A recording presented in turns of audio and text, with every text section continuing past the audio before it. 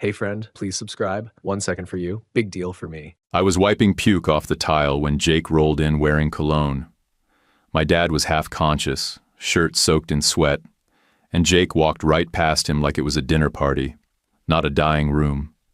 He bent down, kissed Dad's hand like he was visiting a pope, and said, "Hang in there, old man," then looked over at me and winked. I kept my mouth shut. That was my default. I just tossed the dirty towels in the hamper, squeezed out another dose of meds from the syringe, and watched Jake charm the air like cameras were rolling. My name's Martin Murphy. I'm 22. I live in Napa, California. Folks call me Marty, but my dad barely called me anything at all. Before we start, tell us which city or country you're listening from. Let's see which corners of the world we've gathered from today. Thanks. And now the story. My father, Richard Murphy, was the wine guy in Napa. Built his name like a monument. Owned cellars people toasted in French. But the second he got sick, it was me scrubbing his sheets and managing the feeding schedule while Jake played golden boy with his 10-minute visits. Mom, Vicky, hovered like a ghost. Always teary, always begging the hospice doctor for another miracle. "We can try that vitamin blend, can't we? What if we increase fluids?" She didn't look at me unless I was holding a tray. Dad, even on his worst days, found breath to insult me. "You're not built for the load," he mumbled once, right after I helped him to the toilet. Didn't say thank you. Just closed his eyes like I was a draft under a door he could ignore. But I didn't argue. I gave him his shots. I cleaned up the leaks. I turned him so his bed sores wouldn't split. I kept the peace, even when he acted like I was mold on the baseboard. Jake was 20, 2 years younger than me, but somehow the heir to everything. He needed the Lexus to get to his part-time gig. Needed money for a business trip. Needed more space in the garage for his golf clubs. Mom handed him envelopes like she didn't see the empty tequila bottles in the back seat. Then one night, Dad's pulse dropped while I was checking his line. I felt it stutter, then fall off a cliff. I gripped his wrist, counted, waited, but he didn't come back. His eyes opened just for a second. No anger this time, just tired. He exhaled 3 rough, uneven breaths. Then nothing. I shook his shoulder. "Dad?" Nothing. Just the oxygen machine humming like it didn't get the memo. I walked to the hall, leaned into Mom's room and said, "It's time." She stood, took 2 steps, and dropped to her knees like her strings got cut. I caught her under the arms before she cracked her chin on the floor. Jake texted an hour later, "Love you forever, Dad," from some lake house 2 counties away. That was it. The funeral smelled like lilies and money. Everyone wore sunglasses. Jake showed up late, posed like a movie poster, then peeled out the second the pastor said, "Amen." The lawyer scheduled the will reading for Tuesday. That night, I didn't sleep. Just sat on the couch, staring at the fridge hum and the stained carpet, listening to a quiet house that didn't feel like mine anymore. I told myself I'd take whatever came without whining, walk it off, stand up and keep going, start over, because no one was coming to rescue me. The lawyer read it like he was ordering lunch. Flat, bored voice, no pause between lines. Mom got the Napa house for the rest of her life. Jake got the business, 2 of the cars, the condo downtown, and the accounts. I got a rundown property out by the county line and a starter fund, with barely enough to cover 6 months of rent if I lived like a ghost. They didn't even say the property's name, just a parcel number and a line about family continuation per legacy structure. Jake was already swinging the new car keys on his finger like he'd won a game show. He clapped me on the shoulder and said, "Don't be a beggar, bro. Play your cards. You'll figure it out." Then he walked out like a man heading for a steak dinner. In the parking lot, Mom squeezed my hand and sniffled like she just woke up from a bad dream. "I didn't know it would be like this, Marty. I swear I didn't." Then she slid into Jake's back seat, the same seat I used to ride in as a kid, and stared straight ahead while he pulled away. I didn't cry. I didn't scream. I went back inside, asked the lawyer for the parcel file, and left without another word. I packed one duffel, just boots, jeans, and my shaving kit, and bought a one-way bus ticket with no return plan. The bus smelled like fries and sunburn. I stared out the window while the towns got smaller and the fields got longer. We passed a beat-up gas station, a line of irrigation pipes, and a dead deer on the shoulder before we finally stopped in front of a general store with a soda cooler out front and a corkboard full of lost cat flyers and garage sale signs. The driver nodded at me. "Last stop, bud." I stepped off with my duffel and boots. Nothing else. The house sat a mile back off a gravel road, tucked behind a bent gate half swallowed by weeds. The roof was sun-warped, porch sagging like a drunk's shoulders, with one shutter clinging on by a rusted hinge. Off to the left was a kennel building, the kind you'd expect to find in some washed-up racetrack town. It was its own thing. Fenced, faded paint, metal water bowls dry as dust. I noticed the brass plate on the kennel post, dull and green in the corners. It said, "Caretaker Covenant, see Deed Book 31, page 183. That was when it clicked. This wasn't just a dump. This was something my dad had set up, buried under old paperwork, but legal. Before I could figure out what to make of it, a man waved from the gravel lane. Late 60s, maybe early 70s, stiff gait, faded flannel tucked into worn jeans. He had a limp that made every step look like a question mark. "You Martin?" he asked. "Yeah, I guess so." "Harlan Reed," he said, offering a handshake. "Been watching the place. Your dad paid me a little something each month to keep it from falling in." He didn't talk like a guy who worshipped Richard Murphy, just a man doing his job. He nodded toward the kennel. "Come on, let me show you something." She was waiting just inside the first stall, sleek gray coat, long snout, calm eyes that tracked every move. She stood slow, one rear leg shaky, and then stepped forward like she owned the place. "That's Pogo," Harlan said. "Used to be a star. Took a bad step last year. Still got spring, though. Knows her commands, knows her people. She's just been waiting for one." "Why's she still here?" I asked.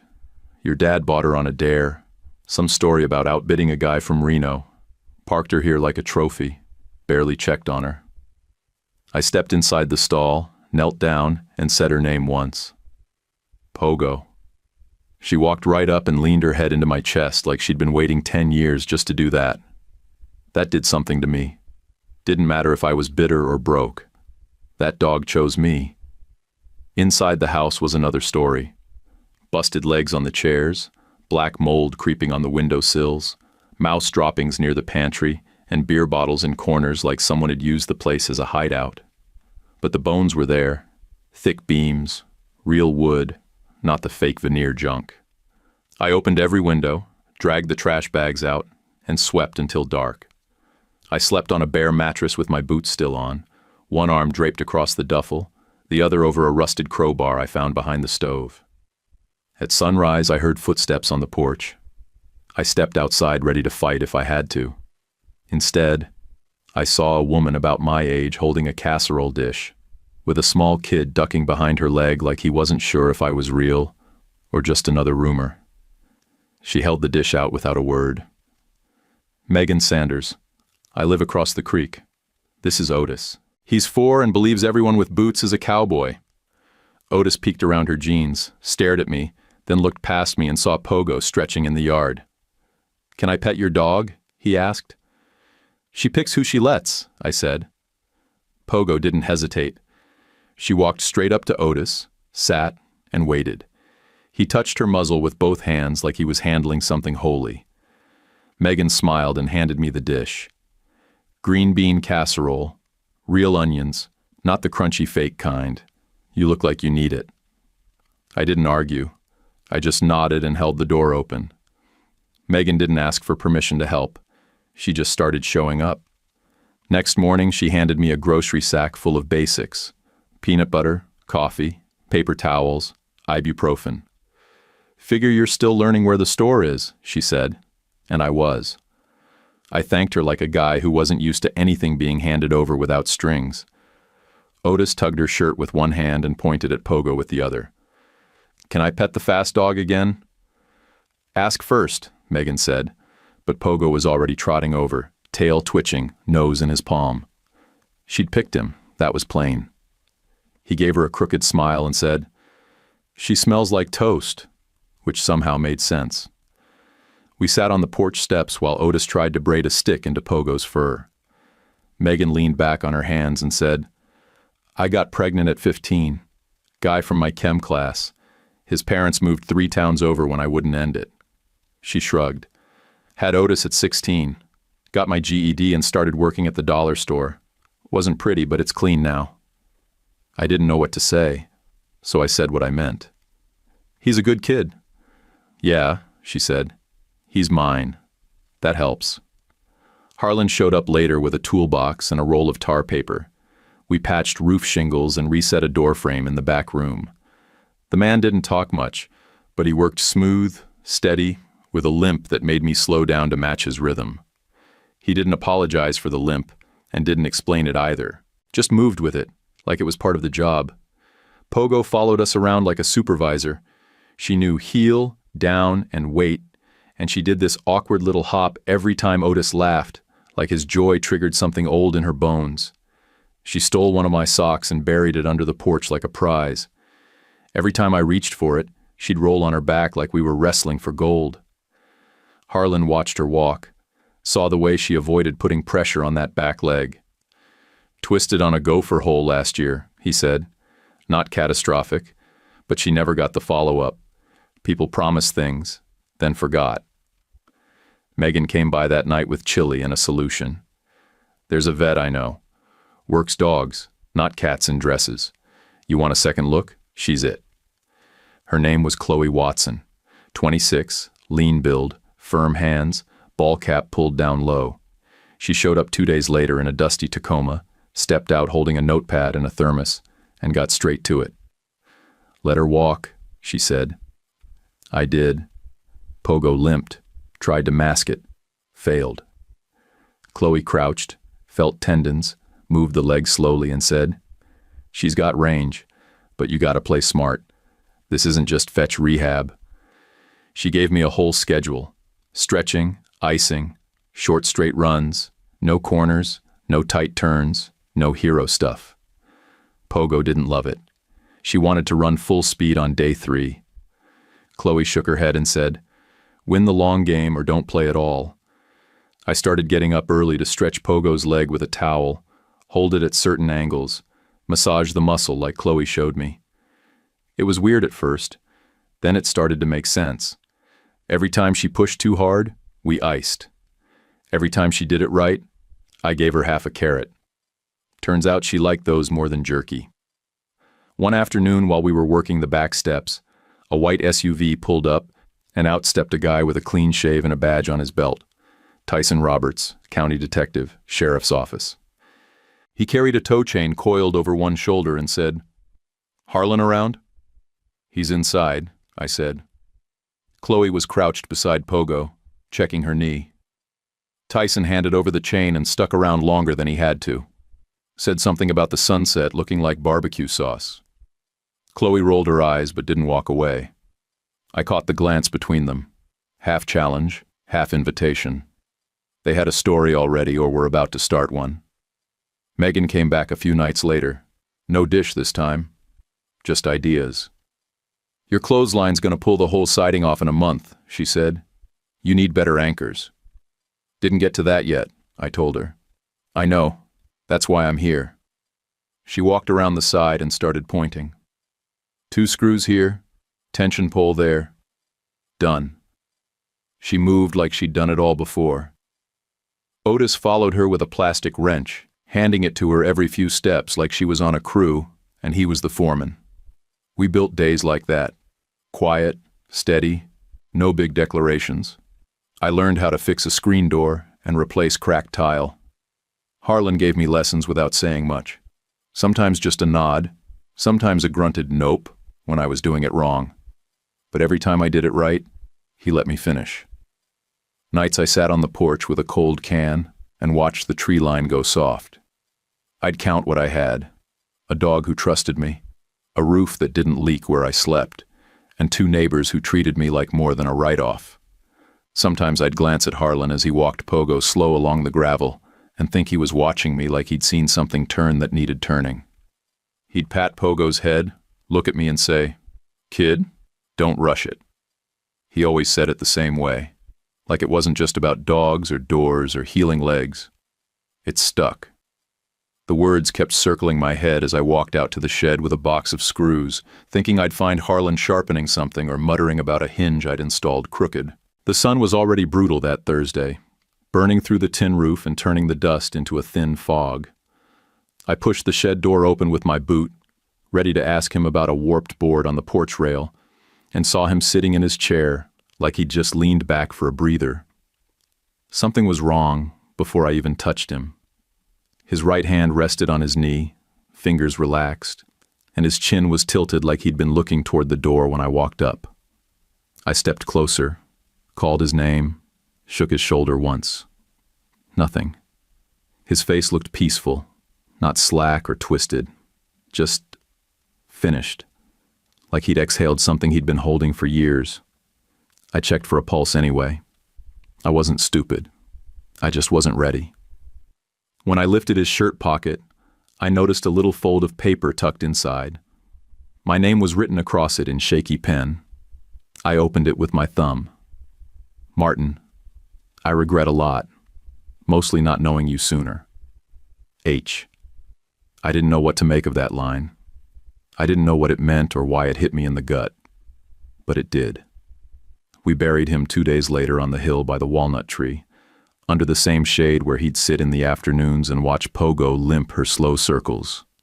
A handful of neighbors showed up in work boots and Sunday shirts. Chloe stood beside Tyson, her hand tucked into his like she'd done it a dozen times before. Otis asked loud enough for everyone to hear, "Does Mr. Harlan get a sky house now?" And Megan told him yes, he earned a good one. I shoveled dirt until my arms shook. The next week, someone convinced me to take Pogo to a training night at a low-rent straight track outside of town. It smelled like smoke, spilled beer, and diesel. Men leaned against chain-link fences shouting bets that made no sense. Cash at the gate, no questions. Pogo pressed against my leg, alert but calm, like she smelled the trouble before I did. A handler with a thick neck and mirrored shades walked straight up, grabbed Pogo's collar and said, "Dog like this needs a hard opener after that layoff." I yanked her back and told him to keep his hands off. He snorted. Soft handler, soft dog. I stepped toward him, ready to put a hand in his chest, when I heard a familiar voice behind me. "Touch that dog again and I'll shut this whole place down." Chloe walked in like a storm, ball cap low, jaw set. "Where's the track boss?" she asked. "I want the heat distance, and it's going to be short." I blinked at her. "Megan texted me," she said, checking Pogo's tendon with quick fingers. "She said you were doing something stupid." She wasn't wrong. We ended up signing for a single, shortened heat under her eyes. Any strain and she'd pull us. The boss didn't like it, but the sight of Tyson's truck near the gate, he'd followed Chloe, kept him polite. At the line, Pogo crouched like she was remembering a life she'd paused, not lost. The box snapped open, and she exploded forward, no hesitation. She hammered the mid, body flat, legs smooth, and finished half a driveway ahead of a dog built like a tank. When she slowed down, she shook like it had all just been a goofy warm-up. A couple guys clapped, a couple looked annoyed. Pogo came back to me panting hard but proud. I knelt and rubbed her shoulder. Good girl, real good. The track boss walked over and gave me a grin that made my skin crawl. Dog like that, we could keep a piece of her, start running her steady, cut you in. "I'm not giving you anything," I said. "We're done here." Chloe stepped up beside me. He said no. That means no. Tyson stood 10 feet behind us pretending to scroll his phone, but I saw him snapping quiet pictures anytime someone raised a voice. We left the track with dust in our teeth and adrenaline still shaking around inside me. Otis rode home in Megan's car and fed Pogo carrot coins from the back seat. "She's fast because she's smart," he said. "She knows where the wind goes." I believed him. It sounded childish but true in a way grown-ups forget how to say. By the time we got home, the night was thick and cold. Megan carried Otis to bed. Chloe gave me one more look at Pogo's leg and told me we'd survived the test but weren't out of the woods. Tyson said he'd have a conversation with the county about shutting down that place, then drove off with a wave. I went inside, kicked off my boots, and set my hat on the nightstand. Harlan's note slipped out of the band and landed on the wood. I picked it up, read it again, and felt something shift in the back of my chest. I didn't know why a few scratched words could burn a hole in me, but they did. I slid the note under my hat and lay back on the mattress. Pogo dropped beside me with a grunt and put her head on my thigh. Sleep didn't come easy, but when it did, I dreamed of Harlan sitting under the walnut tree, looking at me like he finally recognized something he'd been waiting on. Tyson didn't say anything at first. He looked at the envelope, looked at me, then slid it across the desk like he didn't want to open it either. "I already did," I said. "It's clean. Chain of custody, sealed properly, 2 samples, 2 names." He nodded, slow. "You want to make a formal statement?" "Not yet," I said. "I just needed someone to know." I left his office before the walls closed in and drove around for 30 minutes with the windows down, music off, and the radio static low enough to feel like company. I ended up back at the farm without remembering how I got there. Pogo met me at the porch like she could smell what had shifted. She bumped her head into my thigh and sat without needing a command. A couple days before all this, after a legit track meet in Modesto, where Pogo ran clean and took third, I'd pocketed $380 in prize and met a silver-haired guy leaning on the rail. Looked like somebody's retired shop teacher until he clapped my hand like an old friend. "Harry Griffin," he said, "me and your old man spun more barrels than the law should allow." He had that voice, friendly, gruff, soaked in nostalgia. I didn't stop him. Didn't correct him when he started telling stories about my dad like I was his mirror. Halfway through a memory about a fishing trip, he paused, squinted at the track, then said, "Funny thing, back when your folks were trying, Richard told me the doctor said he was shooting blanks, couldn't have kids. Then boom, you and your brother show up. World's funny that way." My jaw locked so tight it made my ears ring. I smiled, nodded, said thanks, and walked Pogo all the way to the end of the lot, like I was chasing calm. Back at the house, Jake had left a surprise, drove out just to drop a 6-pack in the fridge and leave a spent cigarette in the ashtray of my truck. Later that night, he texted me a picture of new rims with the caption, "How's the mud life treating you?" I didn't reply. First time I didn't even feel the urge to. I picked that cigarette butt up with tweezers, sealed it in a sandwich bag, then plucked a couple hairs off the headrest and drove across county lines to a clinic where no one knew my face. Paid in cash. Asked what matched what. Listened while a nurse walked me through the paperwork like it was no big deal. Back home I kept busy. Ran Pogo short straights, no corners, just clean heat on a dirt path we packed ourselves. Chloe watched our sessions with her usual clinical focus, tapping her pen against her leg and saying things like, "You're a quick study. Not sure if I should be impressed or worried." I smirked, but didn't tell her what was running wild through my head. I iced Pogo's leg like she was the only thing still steady. Megan brought Otis over almost every other day. He started what he called couch races, scooting across the rug like a rocket while Pogo galloped beside him at half speed. When they crashed at the end, he'd shout, "We tied!" even though she clearly held back. Megan stood in the doorway one night laughing so hard she wiped tears off her cheeks with the hem of her shirt. "I haven't seen him this happy in a long time," she said, voice soft like it might snap. "Dog makes things better," I told her. It was all I could say without letting more out. The DNA results came in on a Wednesday. I didn't open them inside the clinic. Just walked out, sat on a bench near the parking lot, tore the seal, and read it twice. 0% relation. Not brothers, not cousins, not step anything. just strangers born to the same lie. I stared at the paper like it might catch fire. I didn't cry, didn't rage. My chest just felt hollow, like my whole rib cage had caved in and nobody noticed. I drove straight to Tyson's office, walked in, and asked for someone who wouldn't blow me off. They gave me him again. He sat up straighter this time. "This change anything for you?" I slid the file across. "It's clean. No mix-up. My name's on one, Jake's on the other. They don't match. You want to pursue it?" "I don't know what I want yet," I said. "But I'm not pretending it didn't happen." He nodded, opened a drawer, and pulled out a legal pad. "If you're ready, I'll log it."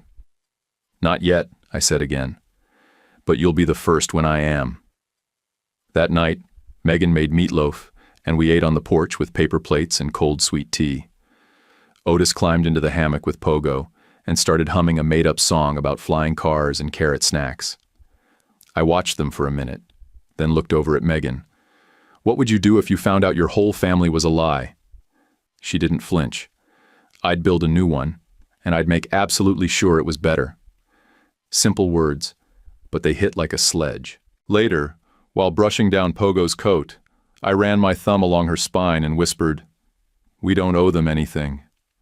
She blinked slow, that same calm she gave me the first day, like she already knew where this road was heading. Tyson didn't blink once while I talked. Just listened, jaw tight, not even writing. When I finished laying it out, DNA, Griffin's comment, the envelope, the clinic, he asked, "You want this opened up?" I said yes. He slid a consent form across the desk. I signed without reading it.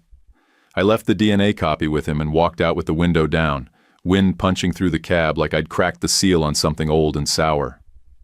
2 days later, Murphy Cellars went sideways.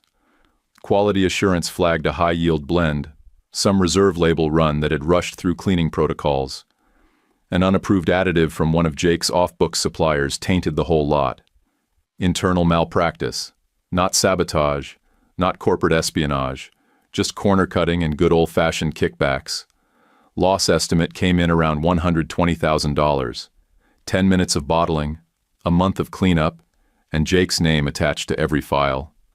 The board scrambled like rats off a hot plank, feeding lines to the press about isolated supplier misconduct and minor procedural breakdowns. But the footage told a different story. Jake on camera, pale, sweaty, collar tugged down like it was choking him. He looked small, like a high school kid caught cheating with the test still in his hand. Tyson called me that night. "No outside hit," he said. "It was sloppy controls. Buddy kickback loop. That's it." I didn't feel good about it. Didn't feel bad either. Just tired. I texted Jake. "Diner, Route 11, 10 o'clock. Don't make me chase you." He showed. Hands shaking, hoodie sleeves rolled up like he couldn't decide if he wanted to punch something or confess. He paced the lot twice before sliding into the booth across from me. "He set me up," he said. "That supplier. Guy I went to college with. Said he could get the blend out faster, smoother. I let him run with it because I was busy doing tequila shots with a bottle girl in Tahoe." I stirred my coffee. "So you just signed off?" "I didn't check the logs. I didn't double up on QA. I just assumed." He stopped, bit the inside of his cheek, and exhaled. I screwed it. No way to pretty it. It was the first time he used my name without smirking.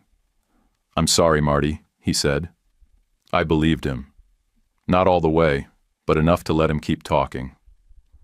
Tyson took Jake's statement the next morning, logged everything, and followed the paper trail until it curled right back to that shady vendor and the thin invoice chain Jake thought would slide through unnoticed. After that, Tyson asked me to come back in. He shut the door, locked it, and set a folder in front of me without saying a word. "I've been working channels," he said. "Narrow family court requests. County DA's office authorized discreet pulls. Didn't want to move until I had confirmation." He opened the folder and laid out the kind of mess that makes your stomach roll. A birth certificate with a doctored seal. Hospital records that didn't match. A private placement adoption. never finalized in open court, signed by a physician who got his license pulled for falsified consents in 2 other counties.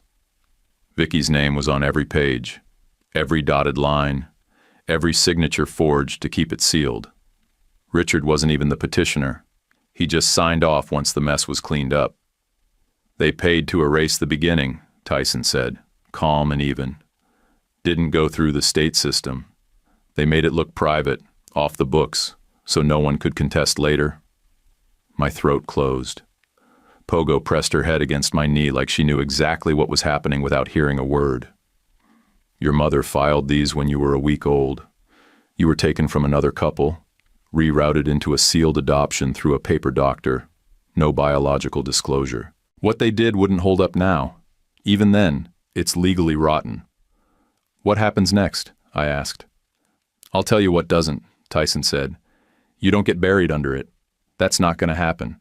The records are real, and if you want it, we can bring it all above water. I nodded, but the weight of it didn't move. It just settled into my spine like bricks packed wet. That weekend, Jake showed up at the farm with 2 full grocery bags, a rusty toolbox, and the kind of look people wear after a long, bad dream. He stood next to the pump house and cleared his throat. I want to fix the pressure line. I saw it dripping last time I was here. I didn't answer right away. He stared at his boots. I owe somebody in this world something, he said, and it sure isn't the wine club. I opened the door to the pump shed and stepped back. Tools are already inside. He didn't say thank you. I didn't either. We worked quiet.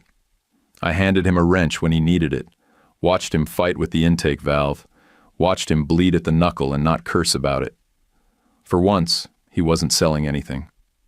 Later, he leaned against the wall with grease on his hands and said, I thought I had everything figured out, man. I thought I was the next Richard Murphy. You were, I said. That's the problem. He barked a short laugh, no humor in it. Yeah, yes it is. I didn't care if we were related. I didn't care if we ever were. That day, I saw him drop the act, and that was enough to let him keep standing on my land.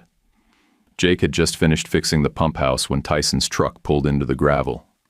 Chloe rode shotgun. Both of them stepped out slow, like they'd rehearsed this ride in their heads the whole way over. They walked up to the porch without a word. Pogo stood up, didn't bark, just watched them both like she knew the wind had shifted. I stepped out and nodded once. Didn't offer a chair. Didn't need to. Tyson rubbed his palms together, not out of nerves, just habit. Then he said it plain. Martin, your biological father was Harlan Reed. The words didn't land all at once. It was like a slow swing to the gut. The walnut tree out back, the one with Harlan's name carved on a board nailed to its trunk, suddenly looked foreign, like I'd seen it my whole life through a screen and now the glass had cracked. I didn't say anything. I just sat down hard on the porch rail. Back then, Harlan would have been 41, old enough to have a decent job, young enough to screw things up. Tyson opened the folder in his hand and handed me one photo first. Harlan in his 20s, standing beside a girl with dark hair and eyes shaped like mine. They weren't smiling, just staring into the camera like they didn't trust the world to treat them fair. He laid out more. Payroll records from a steel plant near the river, W-2 forms with Harlan's name, and a court petition from the early 2000s. The man had tried, filed for reinstatement of parental rights. The petition got denied. They were your parents, Martin, Tyson said. The placement wasn't just fast, it was forced. Murphy money cleaned their medical debt and a few old warrants from Harlan's brother. In exchange, rights were signed. Quietly. No appeal path. Paper doctor made it look legal enough. Chloe kept her hand on Tyson's arm the whole time, like she was holding him in place more than comforting herself. He didn't flinch. He just looked at me and let the silence do its work. Richard wanted a son, Tyson added. When the doctors told him it wasn't going to happen, he let the lie wrap around him and called it family. I stood up, walked off the porch, then turned and walked right back. My hands were shaking. I didn't even notice until Chloe offered me a bottle of water. I didn't take it. I needed the shake. "You're sure?" I asked. "Absolutely," Tyson said. "DNA, court records, timeline, it's all tight." I pulled Harlan's old note from my wallet. The line about wishing he'd found me sooner scraped across my ribs like a match head. "He was here the whole time," I muttered. That night, Megan tucked Otis into bed early and joined me on the steps. She didn't ask questions, just sat next to me with her arms around her knees. Pogo sprawled between us, tail thumping against the boards every few minutes. I didn't speak for almost an hour. When I did, all I said was, "He was right here. I looked him in the eye for months and didn't know." Megan leaned into my shoulder. "He knew," she said. "That note says he knew." A week later, we set a stone next to Harlan's marker under the walnut tree. It was small and plain, just his name, Army unit, and birth and death years, plus a second stone beneath it that simply said, "He stayed." I stood there with my hand on the bark while everyone else came and went. Told him about Pogo's last time trial, about Otis's obsession with dinosaur jokes, about Megan learning how to can tomatoes. I didn't cry, but my throat locked up until my jaw ached. Chloe came up beside me near the end, eyes red, face soft. She didn't say much. Tyson put an arm around her shoulders, held her there while she blinked hard. Somewhere in all that mess, those two had turned into something solid. And it fit. Jake showed up last, hands jammed in his coat pockets. No loud entrance.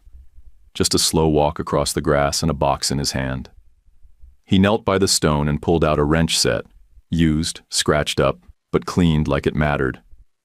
He set it under the tree and stood back. "He taught me to fix a gate once," Jake said, voice low. "Didn't laugh when I got it wrong. Just handed me the tool again." I nodded but didn't say anything. He was trying. I wasn't going to spit on that. We didn't talk about who Jake's real father was. That was his to ask, not mine to dig into. I'd had my storm, and it already shook the roots out. When we walked back down the hill, I felt like a man who'd just been pulled apart and put back together with new screws. They didn't match the original frame, but maybe that was the point. From that day on, the farm started pulling itself upright, board by board, like it had been waiting on someone steady. We put new tin on the shed, wide enough to hear the rain, but tight enough to keep it off the gear. Megan planted herbs in tire beds along the south fence. Basil, mint, rosemary, stuff she used without fuss, just snipped and tossed into dinner like it grew by accident. Tyson's buddy brought his grader by one Saturday and cleared the lane smooth, evened the dips, dragged gravel until it looked like a place people wanted to come down, not turn away from. Pogo kept grinding. First, she came in 2 seconds off the top dogs at sanctioned meets.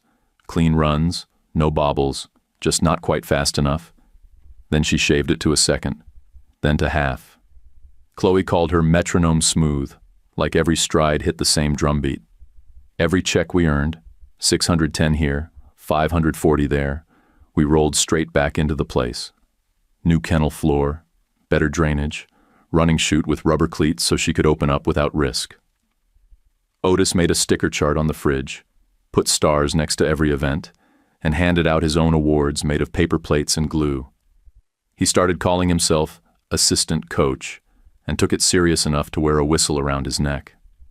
Jake brought over a walk-behind tiller with chipped paint and a fence charger still wrapped in its box. Paid for both himself. Part-time job with a regional distributor. Real hours, real sweat. He looked tired, which honestly made him look better. Less fake shine, more grit. The winery mess didn't stop with the spoiled batch. Tyson kept pulling thread, and eventually the warehouse manager cracked. Flipped under pressure and gave up the dummy vendor scheme they'd been running. Fake suppliers, inflated invoices, payouts funneled through burner LLCs. Jake testified.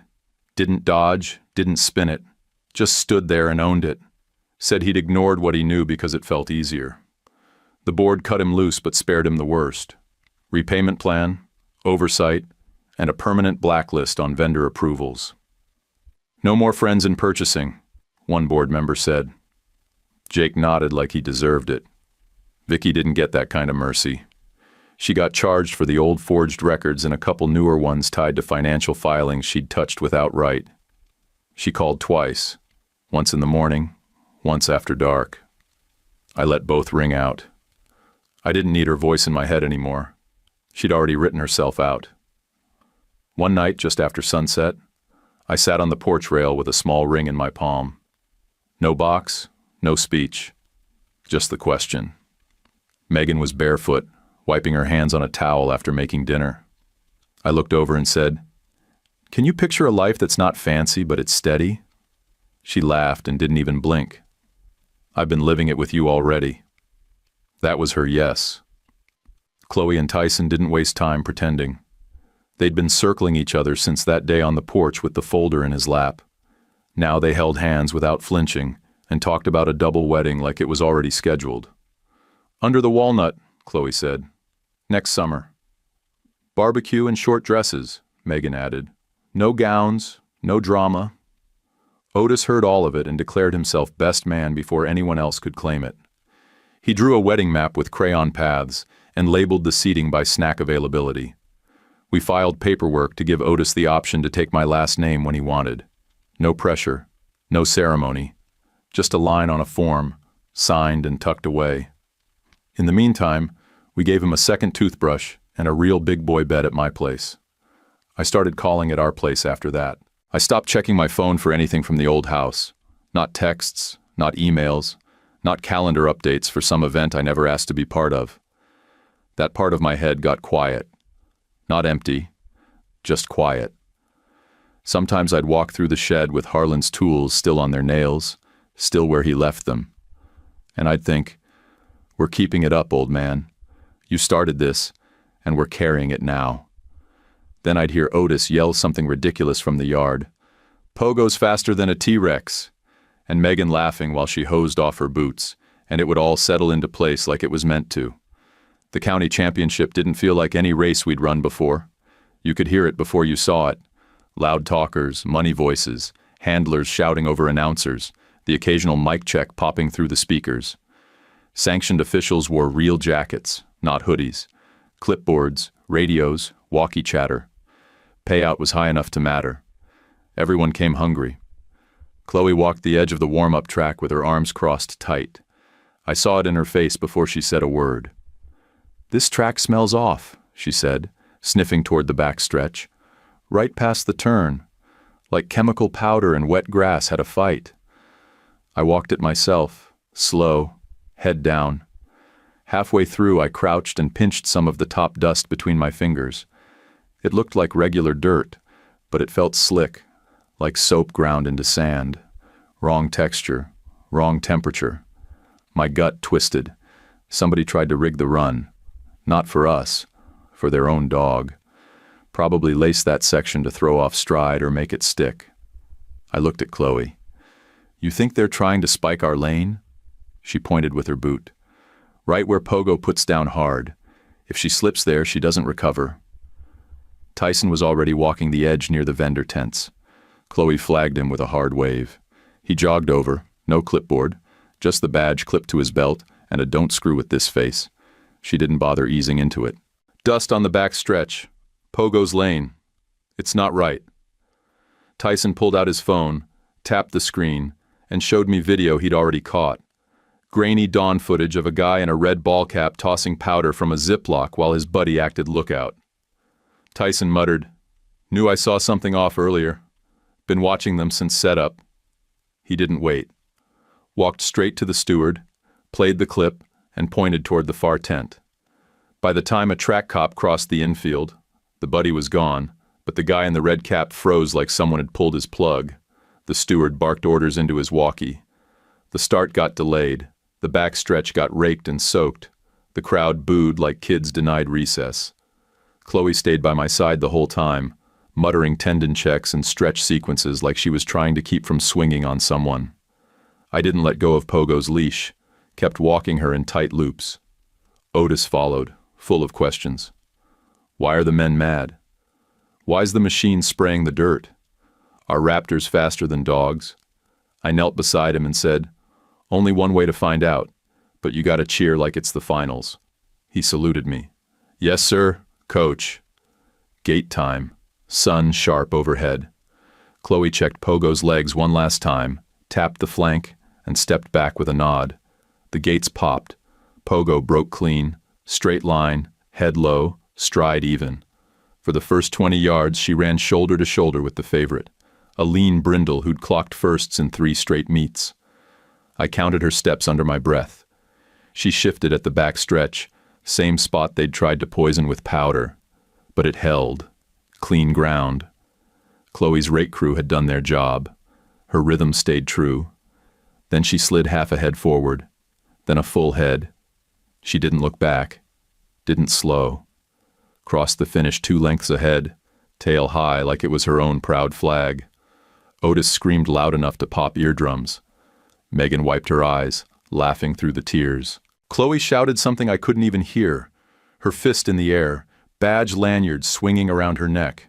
I dropped to one knee, grabbed Pogo by the collar, pressed my forehead to hers and said, "That's our second chance, girl. You took it and ran." Behind us, the red cap trainer tried to disappear into the crowd, head low, hands in his vest. Tyson and a track officer met him at the tunnel. I didn't even have to watch. I knew it was handled. The steward stepped onto the announcer stand and made it official. Permanent ban for tampering. Payout stood. That night someone took a photo of us right after the race. Me still in the dirt, knees stained, Pogo licking the sweat off my jaw. I was grinning like an idiot. It's still the only photo of me I've ever liked. Court didn't feel like justice. It felt like sitting in a cold room where the coffee tasted like metal and time wouldn't move. The clock on the wall ticked like it was mocking everybody. Vicky sat with her lawyer and didn't look over. Didn't cry. Didn't ask for anything. She took a plea on the forged adoption records and a couple of newer charges tied to financial paperwork she had no business touching. Prosecutors said the statute clock had paused due to ongoing concealment. Legal speak for you don't get to hide the body and then say time ran out. There were no cameras, no orange jumpsuit, no headline meltdown. Just fines, probation, and the slow collapse of a woman who had nothing left to spin. Whatever she'd been performing dried up, and there was nothing underneath.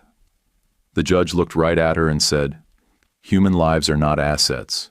No amount of comfort justifies irreparable harm." He said it slow, like he meant it. I didn't clap, I didn't flinch, I didn't even look for her eyes. That part of me was done. The wine board put out its own statement a week later. They named names. The warehouse manager who ran the dummy vendor scheme got fired and charged. Jake had to stand in front of the partners and read a statement of accountability. No speech, just facts. He didn't run from it, and he didn't dress it up. That mattered more than the check he wrote afterward. Tyson closed the tampering case at the track. The red cap trainer got banned for life and booked on a tampering charge. The steward asked if I had anything to say to the cameras. I said, "Run straight, or step off the track." That was the first time I said something that wasn't about surviving. That was about standing. Paperwork showed up a few weeks later. Official deeds, stamped and sealed. The farmhouse, the kennel, and a chunk of creek bank were legally mine. Turns out Richard had tied the kennel parcel to a caretaker covenant that ran with the land. It vested in whoever got that parcel under his will. Even his lawyers couldn't unravel it. On paper, I'd been a placeholder. Now I was permanent. We picked a day under the walnut tree for the weddings. 1 ceremony, 2 couples. Megan chose daisies and barbecue. Chloe wore a short dress and boots. Tyson brought a big old speaker system that could outplay the frogs. We hung fairy lights between the branches, but it didn't look cutesy. It looked earned. Jake stood beside me as best man, hair combed, shoulders squared. He handed Otis the rings, both tied to a carabiner on his belt. Otis nearly dropped one in the grass, but yelled, "Coach, save!" before it hit the dirt. Pogo nosed it right to my boot like she'd been waiting for her moment. We kept the vows short. No fairy tale junk. Just promises you could build fence posts out of. I looked across the yard and saw everything I didn't know I wanted. A woman who showed up every day, a kid who laughed with his whole belly, a dog who ran when it counted, and a brother who finally stopped pretending. The people who tried to cut me out were nowhere. Not gone, just left behind. No revenge speeches, no torches, just silence. And that was louder than anything I could have shouted. The payback was this life, staying here, living honest, winning in the open. Every time Pogo thumped her tail and leaned into my knee, I felt that note in my pocket again. Martin, I regret a lot. Mostly not knowing you sooner. Well, we got our moment, old man. We used it. Before you head out, let me ask something honest. If you were in my boots, would you have stayed and built a new life, or walked away? If you've got hype, tap it to help this story reach more people, and please subscribe and hit like because it really helps us grow. Drop a quick comment too, even just good story or your own take. Love you guys. YouTube picked this for you. Tap it. Let's see if they guessed right.